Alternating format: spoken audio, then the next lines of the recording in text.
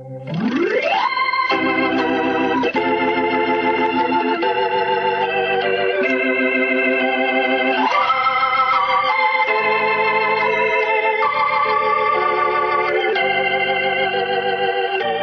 it's Dennis Daly welcoming you to Old Time Radio on Monday, a complete Old Time Radio episode. And this time around, another staple on radio that also had a big run in the movies, the story of the Falcon. Hello? Yes, this is the Falcon speaking. Oh, Norma. I'm glad you called. Well, you'll have to include me out tonight, Angel. I'm all jammed up. There's a party around who's been shown how to parlay a 2-bit pocket knife into a killing. So naturally, he's going to make a stab at it.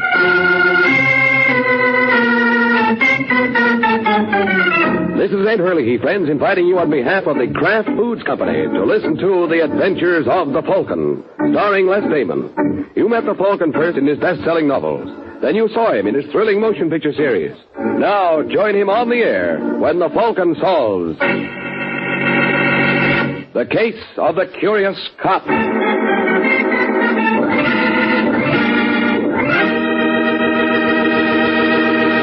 In just a moment, another thrilling adventure of the Falcon. But first, a word about an adventure you can have any day in the week, right in your own kitchen. For several weeks now, we've been telling you on this program about Kraft Salad Oil, the wonderful new salad oil created by Kraft that's lighter-bodied because it's super fine. Now, here's a suggestion. Tomorrow, go to your grocer's and get a pint or quart bottle of Kraft Salad Oil. Look up your favorite recipe for homemade salad dressing, chiffon cake, or anything else that requires liquid shortening. Then, that night, tomorrow night at dinner, surprise your family with an old favorite made this lighter-bodied, superfine salad oil way. You'll know the difference, and so will the family. Get Kraft Salad Oil.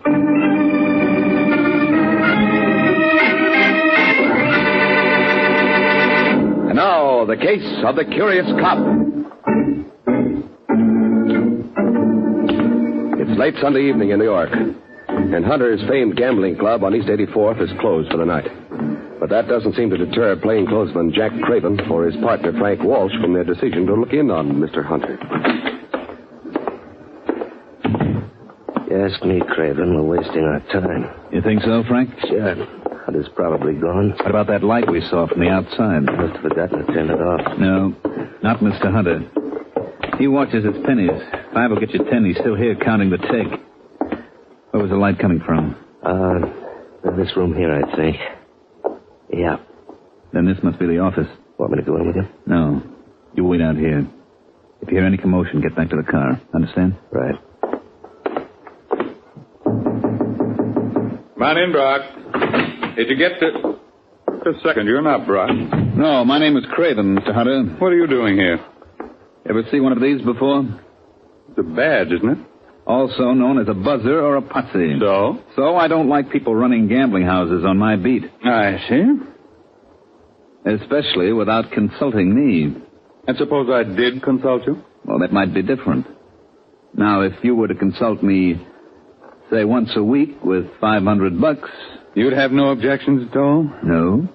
Live and let live is my motto. Well, $500 is a lot of money, Mr. Craven. Well, I can be a lot of trouble, Mr. Hunter. Suppose I had you reported to the commissioner. You'd be wasting your time. They've been trying to get rid of me for years, but they never could get anybody to testify against me. Maybe I'd be willing to. Are you kidding? You don't like publicity any more in your racket than I do in mine. You better give in, Hunter. I can make an awful nuisance of myself. I can see that. All right, Craven, don't move. Now, what do you think you're going to do with that gun? Something the police commissioner couldn't do. I'm going to get rid of you, Craven. Now, listen, Hunter, if you don't put away that rod, I'll break you in two. Hey, well, you are, Craven. I mean that. You soup.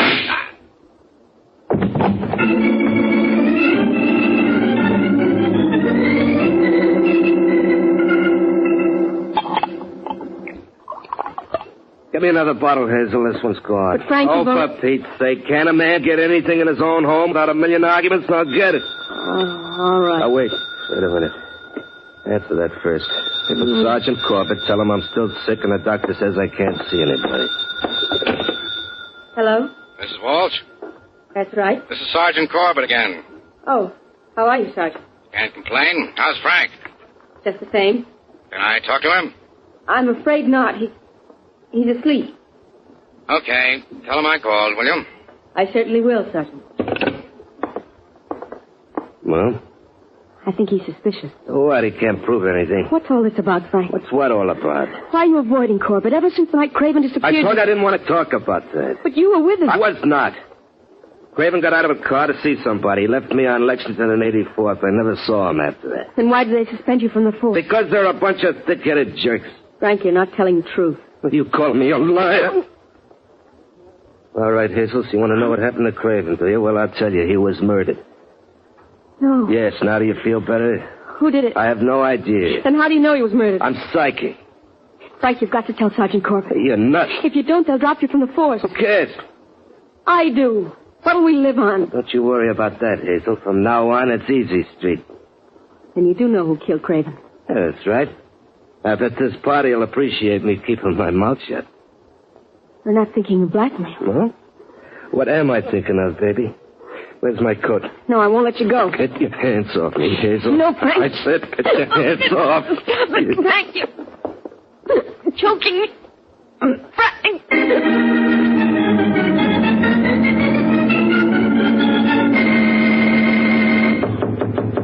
Yes. I hate to break in on you like this, Mr. Hunter, but there's a party outside waiting to see you. I'm busy, Brock. Yes, I know, but I suggest you clear a little time for this boy. I would if I were in your position. But then you're not in my position, Brock. Oh, it's true. Just the same, you ought to see him. His name is Frank Walsh. He's a cop. So? So he was Jack Craven's psychic.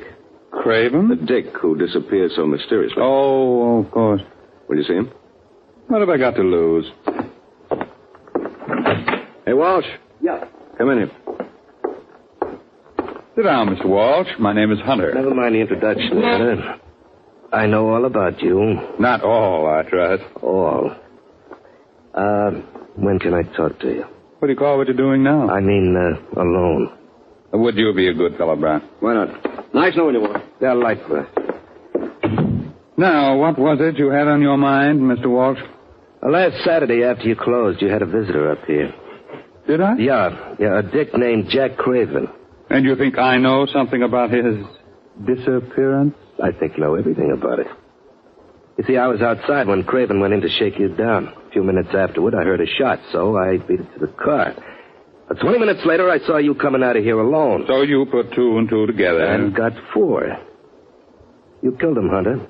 I don't know what you did with his body. Then you might as well stop there, Mr. Walsh. Didn't you ever learn that to substantiate a charge of murder, there must be what the pulp writers call a corpus delicti? Now, look, Hunter, you're not brushing me off like this. We can settle this easily enough. I'm no pig like some guys. Give me 20 grand, and you'll never hear from me again. I think it would be only fair to warn you, Mr. Walsh, that I have a distinct aversion to being blackmailed. Well, you better kick through, because if it's the last thing I do, I'll find Craven's body. I wish you luck. And if you experience too much difficulty, perhaps I can arrange to have you join him. Good day, sir. What's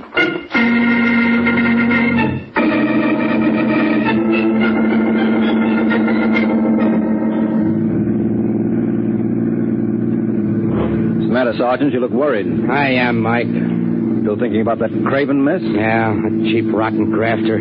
Well, if you ask me, you've heard the last of that cookie. I wouldn't be surprised if you were right. You think he's dead? I don't know. Maybe he skipped. Who knows? It's funny about Frank Walsh having a nervous breakdown so soon afterwards. Very funny. Turn right at the next corner. Where do you want to go? Over to see Frank Walsh. He lives a couple of blocks down. Didn't his wife tell you he's sick? Well, doctor's orders or not, I'm going to have a talk with that guy. Hey, hold it, Mike. Stop the car. What's the matter? Thought I saw something in the gutter. Back up.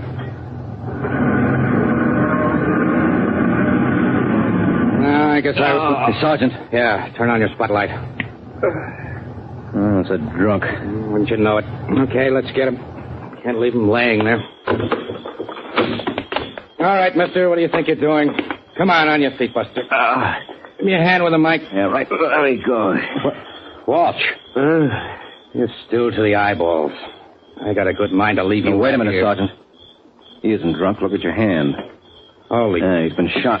Shot. Listen, Walsh, who did it? 20 grand. Frank, Hazel. We better get a doctor. Oh, you'd be wasting your time, Sergeant. He's dead.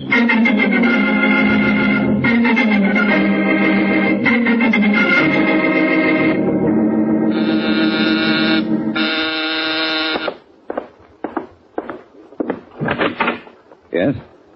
I'm looking for Michael Waring, the Falcon. Well, you made it. What? But I bet it was pretty difficult. What do you mean? And you couldn't do much looking through that veil. Oh. Come on in. Thanks. Just make yourself... What's the trouble? Well, I was going to ask you to make yourself comfortable, but somehow I've got a feeling you don't quite trust me. I don't trust you? Why else would you carry a gun in your purse? What are you talking about? Well, don't tell me it's a compact, Angel, because nothing Elizabeth Arden ever turned out was shaped like that.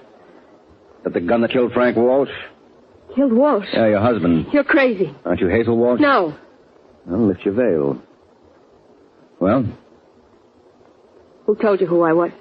Well, it doesn't take an Einstein to figure that out. The police are looking for Hazel Walsh in connection with her husband's murder. So when a heavily veiled woman carrying a heater walks in on a private detective 12 hours later, the chances are she didn't come to consult him for pleasure. I didn't kill Frank, Mr. Waring.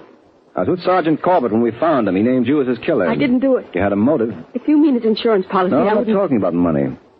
According to Corbett, Frank's favorite indoor sport was bouncing you around. That's not true. It'll be easy enough to prove. Look, Mr. Waring, I swear I didn't kill Frank. Then you've got nothing to hide. Who are you calling? Sergeant Corbett. We're going over and have a talk with him. Put down that phone. Now, look, Mrs. Walsh. Put it down. If you want me to work for you... No, thanks. I've just changed my mind. Now, look, you're acting like a 6-year-old. I'm going to call the police. And I say you're going to do nothing of the kind. Oh. See what I mean? Pleasant dreams, Mr. Waring.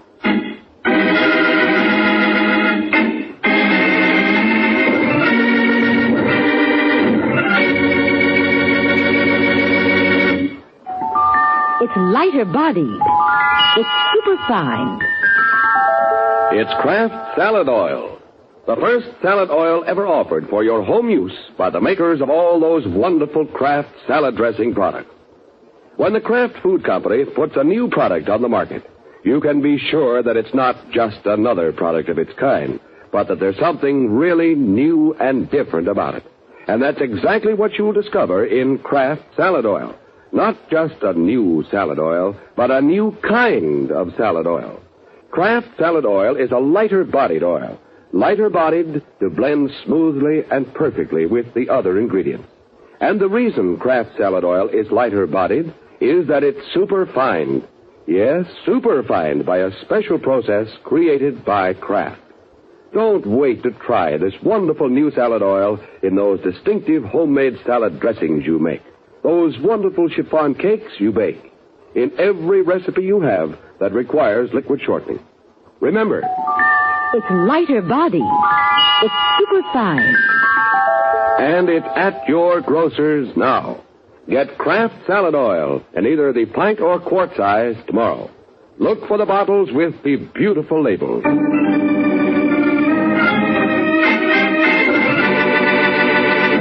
Now, back to the adventures of the Falcon.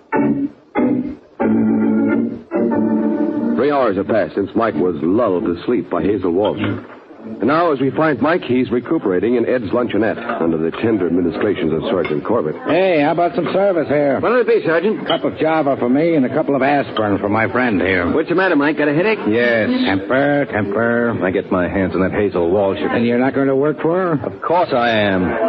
I just want to teach her you don't go around slugging people who are trying to help. You're making a mistake. Oh, now, look, Sergeant, I tell you, she didn't kill her husband. And why did she bop you when you were going to call me? Well, because she was panicky. That still doesn't explain why Frank named her as his killer. But he didn't, really. He said something about 20 grand. Maybe he wanted to leave a message for her. About 20 grand? Well, why not? Suppose he was trying to tell her something. You're crazy. Well, look, Sergeant, Walsh was a grafter. I don't like that kind of talk. Well, I don't blame you, but you've got to face the facts. There are always a couple of rotten apples in every barrel. How many times have you had Frank Walsh and Jack Craven on the carpet? You just couldn't make it stick, that's all. Go on. Well, my guess is that Walsh tried to shake down Hunter, and Hunter let him have it. But why would Walsh expect that kind of payoff from Hunter just to let him keep running his joint? He wouldn't. But he might to keep a murder quiet. What are you talking about? Walsh must have known who murdered Jack Craven. Well, he went there last night for payoff, and he got it. Well, assuming you're right, now all we have to do is find the one party in New York he tried it on. Well, that shouldn't be so hard, Corbett. Where was Walsh's and Craven's beat? The east side, from 76th to 85th. 9 blocks. All right, who's operating a new joint in that district? What makes you think this is a new operator? Human nature. Once a man allows himself to be shaken down, the odds are he'll go on that way without squawking. So my guess would be that Craven got his when he tried his graft on a new customer. You know, Mike, sometimes I think you've got the makings of a pretty good detective. No, thank you. And when did Craven disappear? 4 days ago. Okay, then we can narrow it down even finer. Craven would probably give this boy a chance to operate a week or two, so he'd have some idea what to charge. Now, who do you know that opened the joint around the middle of March? Well, I heard rumors that a guy named Hunter opened a club around the 14th. But every time a raiding party gets near the place, they fold up their tables and run. Okay, let's see if we can run faster.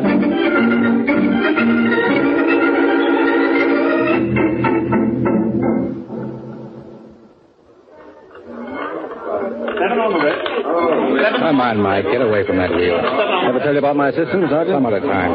See any sign of Hunter around? No. What time has he got? 11:15. Suppose we try his office. Where is it? I think you go through this door. Yeah. That room down the hall. Want me to flash my badge? No, let's keep this unofficial for the moment. You can close up the joint tomorrow. We've got a murder to worry about. Come in. Hello, Brock. Well, the Falcon, isn't it? Are we interrupting anything? Nothing that can't wait. Oh, who's your friend, Mike? Oh, sorry, Mr. Brock, Mr. Corbett. Hi. Glad to know you. Well, what can I do for you, gentlemen? We'd like to see Hunter. What for? Well, I just want to congratulate him on the establishment he's got here. Well, I'll tell him when I see him. Could you arrange for us to do that? I'm afraid not. Hunter's out of town. Any idea where? No, I think he said he might take a little run down to Mexico. When was this? About a week ago. Funny, I would have sworn I saw him in the street Friday night. Wait, you're imagining things. Must be. Of course, if he's been gone a week, he wouldn't know anything about Walsh and Craven, huh? Walsh and Craven? Those 2 cops who ran into bad luck. Oh, seems to me I read something about that. Of course, that's all you'd know about, isn't it? Of course. Yeah. Well, thanks a lot, Brock. I'll be seeing you. Yes, do that. Coming, Corbett? Huh? Oh, sure. So long, Brock. Boy, you really handle that brilliantly. Shut up. Listen, Mike. Shut up and cover me in case anyone comes. You know, it's not polite to peek at keyholes. I know, but it can be awfully informative. What's he doing? Making a phone call. Who's he calling? Well, if you keep quiet, I'll find out. Hello, is that you, Mr. Hunter? This is Brock.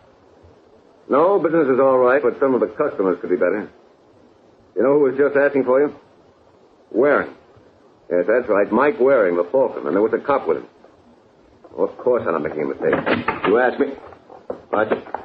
Wait a minute. Someone just walked in. Oh, it's all right, Brock. It's only us. Told you we'd be back. Oh, now you went and hung up on Mr. Hunter. That's not nice, Brock. He's going to be awfully hurt. What do you want, Waring? Well, I think you owe Mr. Hunter an apology. And what would be nicer than if we all went over together while you paid it?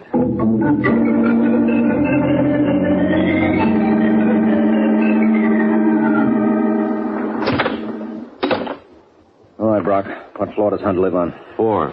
But you won't find him there. That's right, Mike. We forgot. Hunter's down in Mexico. Okay, be smart. But I tell you, I wasn't speaking to him. Cut it out, Brock. We heard you as plain as could be. You're wrong. I was talking to a girlfriend of mine. Whose name, by an odd coincidence, was Mr. Hunter.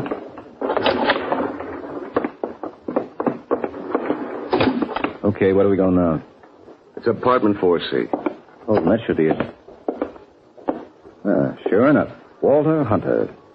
All right, Sergeant, where are your keys? Was he inside? No, not a chance. Must have skipped after Brock here warned him. But I don't think he could get too far in those 10 minutes. He got far enough, Mike. Hey, what's the matter with him?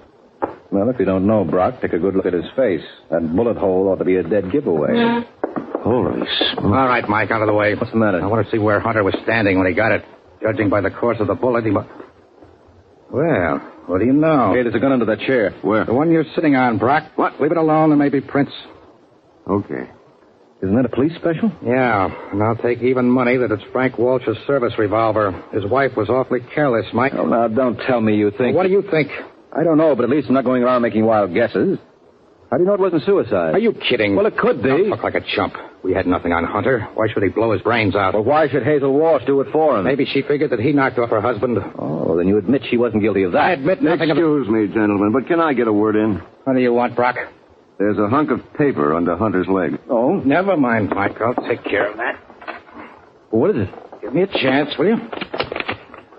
To whom it may concern, I killed Jack Craven and Frank Walsh. Huh? I should like my remains to be cremated. Walter Hunter.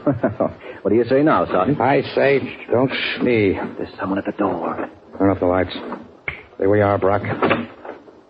Okay, pal, what do you want? Let go. Behave. Let go. I said behave. Turn on the lights, Mike. Right. Crummy-looking bum. Hey. You know him? Yeah, and I wish I didn't. This is Detective Jack Craven. Jack Craven? Yeah, my long-lost buddy.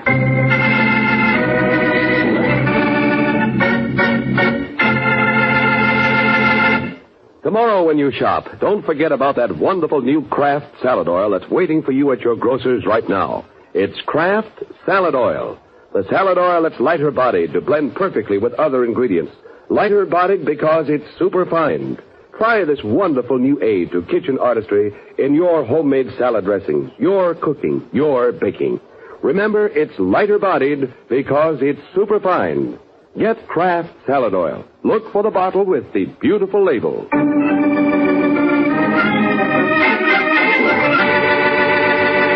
Now, back to the adventures of the Falcon. Just 5 minutes have passed since Jack Craven made his dramatic entrance, and strangely enough, Sergeant Corbett doesn't seem any too pleased by his reappearance. Come on, Craven, start spilling. I want to hear you make like Niagara. I don't know what you're talking about, Sergeant. Bye, you cheap little... Watch it, Corbett. You keep out of this, Mike. This is strictly departmental. How do you think all the other boys in the force feel? We work like dogs to make the public trust us. And along comes a rotten grafter like Craven and gives every honest cop a black eye. All right, but there are strangers present. Oh, don't mind me, folks. I'm broad-minded. You keep your mouth shut, Brock, if you know what's good for you. I'll be as quiet as a mouse. All right, Craven, I asked you a question. Let go. Answer me. Why did you kill Hunter? I didn't. Oh, then why did you come back to his apartment? I didn't come back. That was the first time I was there. Don't give me that. Can I put my 2 cents in, Sergeant? Go ahead. You've been gone for almost a week, Craven. Where have you been? Los Angeles. Why'd you go there? None of your business. Listen, Craven, you answer Waring's questions just as if I was asking them. Why did you go there? I wanted to see my relatives. And you certainly didn't travel in the Super Chief. From the look of it, I'd say you did most of your riding in a capital car. What's the matter? Couldn't Hunter afford any better transportation? Hunter had nothing to do with it. Your pal Frank Walsh doesn't support your story. Walsh? Did he stool on me? What do you think? You had a fight with Hunter, didn't you? Yeah, he plugged me. Over what? That doesn't matter. He dumped me in a cattle car. When I came to, I was in L.A. Why didn't you wire us? I had no dough. You could have done it collect. I didn't want to involve the department. Well, that's understandable. Especially if you wanted to come back to kill Hunter. I tell you, I didn't kill him. I just got into town tonight. That doesn't prove a thing. Where were you at 10:15? Why? Because according to the coroner's report I just got, that's when Hunter was killed. Now, listen, Sergeant. Don't start that suicide routine again, Mike. If Hunter wrote that note, he would have known darn well he hadn't killed Craven here. Where were you at 10:15, Craven? Being chased all over the freight yards by some railroad dicks. What? If you don't believe me, you can call the yards and check. And don't think I won't. Just a minute, Sergeant. Does this mean you're writing off Hazel Walsh as a suspect? No. Well, then I'd like you to double the force looking for her. Let me understand you, Mike. You think Craven here is telling the truth? I do. Then Mrs. Walsh is our party. Oh, I didn't say that. I ask you, Brock, ain't it enough to drive a guy back? Oh, don't ask him, Sergeant. If this thing is driving you crazy, who do you think is responsible? Just what is that supposed to mean, Waring? Just what it sounded like, Brock. You killed Walsh and Hunter.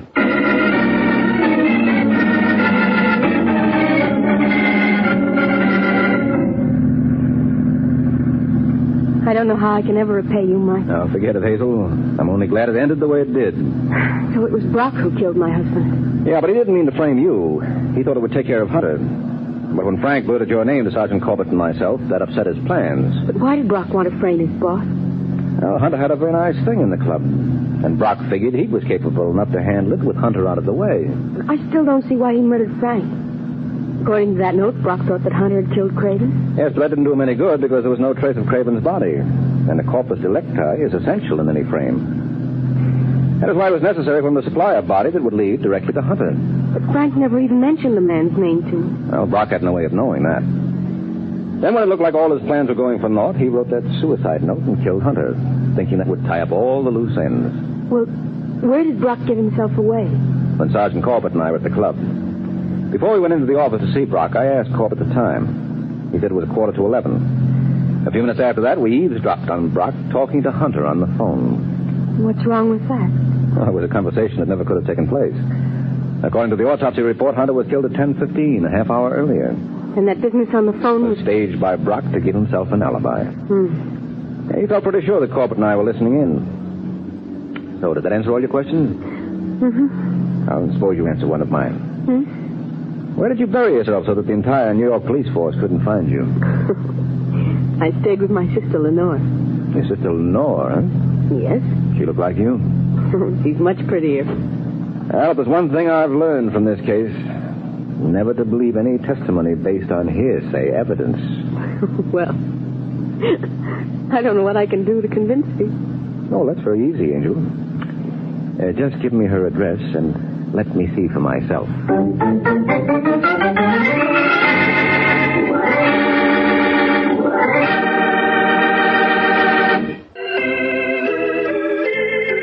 Join me every Monday at this time for a new complete old-time radio episode from the archives of Old Time Radio.